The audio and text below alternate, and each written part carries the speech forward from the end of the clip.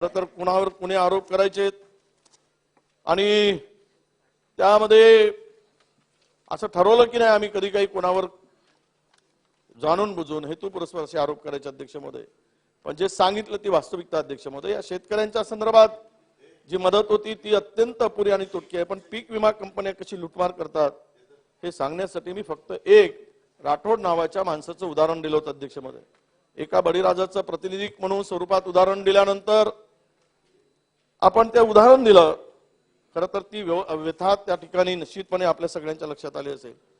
त्यावेळेस कवी महानोराचं वाक्य माननीय मुख्यमंत्र्यांनी बोलताना म्हणालं, पण मी त्याच्या पुढचं सांगतो काय व्यथा आहे। महानोर म्हणतात, करपून गेले दुष्काळाचे रान तसे माझे मन पांडुरंगा, वर्षा पाठोपाठ नाही पान कळा साव त्याचा मळा ओस झाला, शेत माऊलीची गेली सारी दया सोयऱ्यांची माया ओसरली, दुष्काळानं केली संसाराची थट्टा आयुष्याला बट्टा लाग लागा, कोणत्या गोष्टीची केली ना कसूर तरी जन्मभर दुःख यावे असं महानोर म्हणतात। अध्यक्ष महोदय, या बळीराजाची व्यथा या ठिकाणी लपून राहिली नाही म्हणून राठोडांचं उदाहरण मी दिलं की तुम्ही 353 रुपये दिलात। खरं तर मुख्यमंत्री महोदयांनी सांगितलं 5 खाते मिळून 1553 रुपये त्याला मिळाले। मी माननीय उपमुख्यमंत्री महोदय, सोयाबीनला एका क्विंटलला जर 5000 रुपये मिळत असतील तर हे 25 किलोचे पैसे 5 एकरच्या 5 खातेदाराच्या शेतकऱ्याला पीक विमा मिळावं यापेक्षा दुर्दैव या कुठल्या असू शकतं।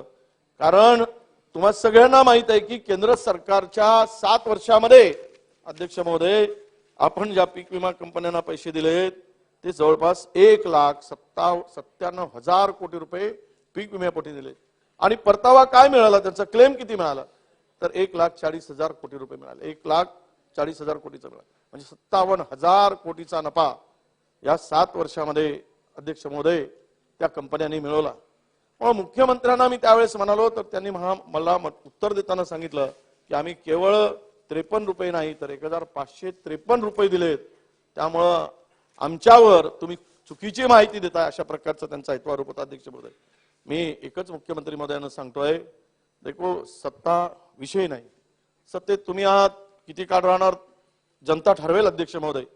पण एक सांगतो, एक शायर म्हणतात, जमीर जिंदा रख कबीर जिंदा रख सुलतान भी बन जाए तो दिल में फकीर जिंदा रख, तरच हा फकीर जिवंत राहील। तर या शेतकऱ्याच्या पाठीमागं तुम्हाला काही देता येईल अध्यक्ष महोदय। ही खरी 1 रुपयात विमा काढून तुम्ही शेतकऱ्यांच्या पदरात राज्यातील 8,000 कोटी पैकी 8,000 कोटी रुपये तुम्ही त्यांच्या कंपन्यामध्ये घातलात राज्य आणि केंद्राचा वाटा सोडून पकडून, तर त्यांना मिळालं किती तर 1,900 कोटी रुपये आता आपण दिला अध्यक्ष महोदय। ही वस्तुस्थिती या ठिकाणी आपल्या लक्षात आणून दिली पाहिजे अध्यक्ष।